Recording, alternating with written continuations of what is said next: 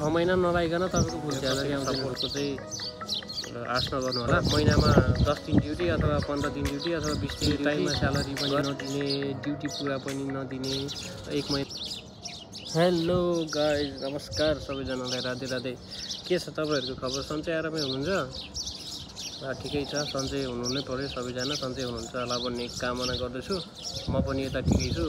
आज चाहिँ यसो मेरो छुट्टी भएको दिन भएर यसो पार्कतिर आएर बसौँ एकछिन, यहाँको रुखमुनि बसेर एकछिन भए नि शीतल हावा खाउँ, नेचुरल हावा भनेर यसो एकछिन। अनि त्यही बेलामा तपाईहरुलाई पनि एउटा भिडियो बनाएर हल्का फुल्का जानकारी दिउँ भनेर आएको थिएँ। हाम्रो पार्कमा पुरै ढुकुरहरू, पानी ढुकुर पाउँदो रहेछ यतातिर धेरै जस्तो। पानी ढुकुर अनि फिस्टाहरू, डाङ्ग्रे पनि पाउँछ, डाङ्ग्रे, पानी ढुकुर, फिस्टाहरू।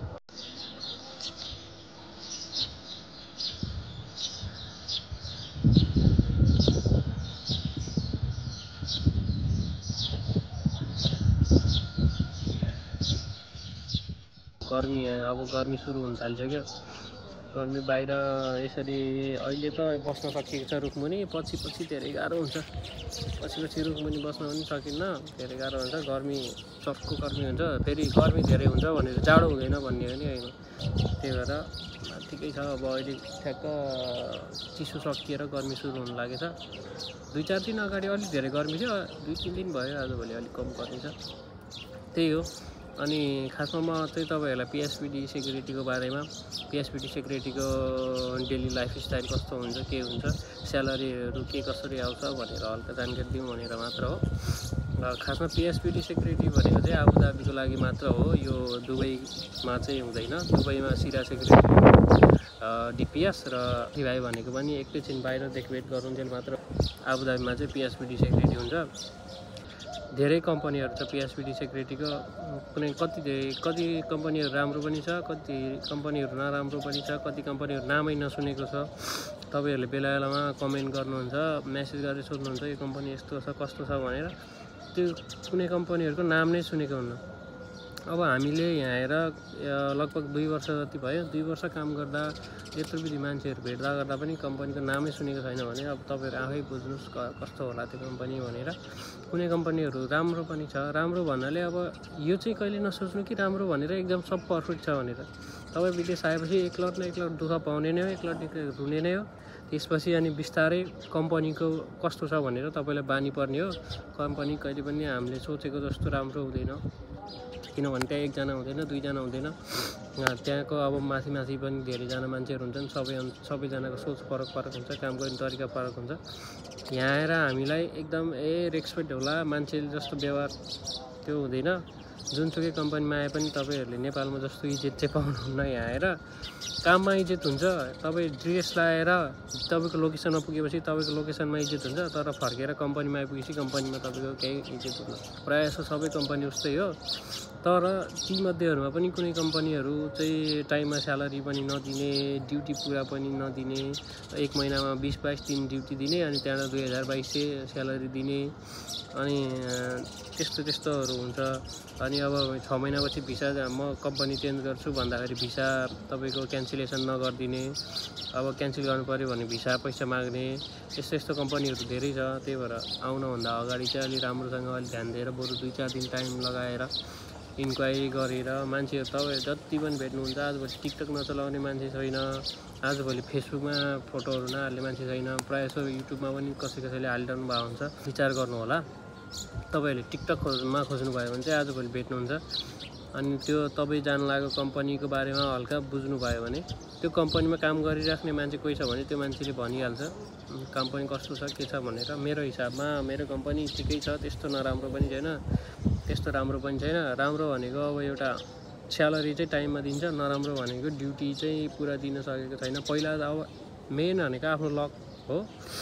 तपाईको भाग्यले तपाईले फिक्स लोकेसन पाइहाल्नु भयो भने बित्तिकै भने तपाईलाई मज हुन्छ।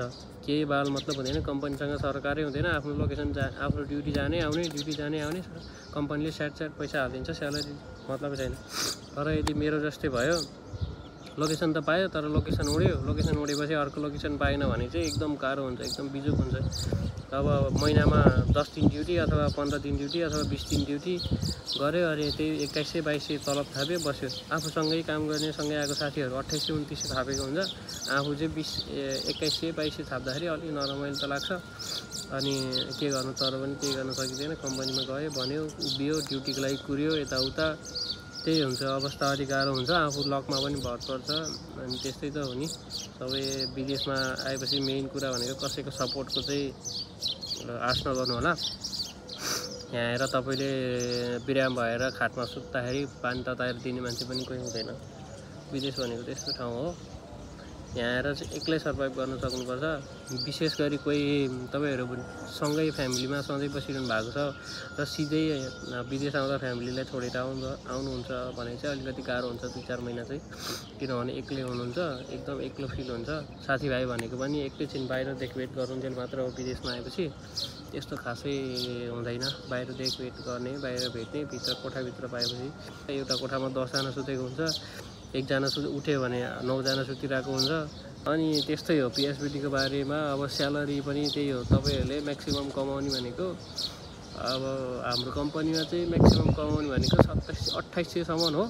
अब कुनै कम्पनीहरूले चाहिँ खाना दिँदैन, तर खानाको पैसा दिन्छ। त्यसरी गर्दाखेरि 3000-3200सम्म कमाउँछ। हाम्रो कम्पनीमा चाहिँ खानाको पैसा काट्छ, खाना चाहिँ एकदम थर्ड क्लास खाना दिएर खानाको पैसा काट्छ 450-400तिर। त्यसले त्यति काटेर पनि 2700-2800 पैसा आउँछ फुल ड्युटी गर्न पायो भने। अब अहिले फुल ड्युटी भन्ने नै छैन, 2100-2200 आइरहेछ। तर पनि चित्त बुझाउनु परिरहेछ, के गर्नु, घर फर्केर गएर यति पनि हुँदैन।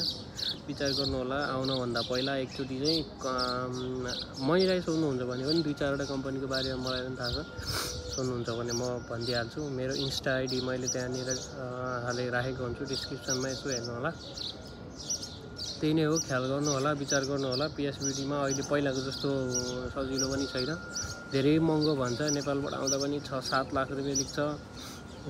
म आफै आउँदा पनि 6 लाख रुपियाँ तिरेर आएको, 7 लाख रुपियाँ लिन्छ।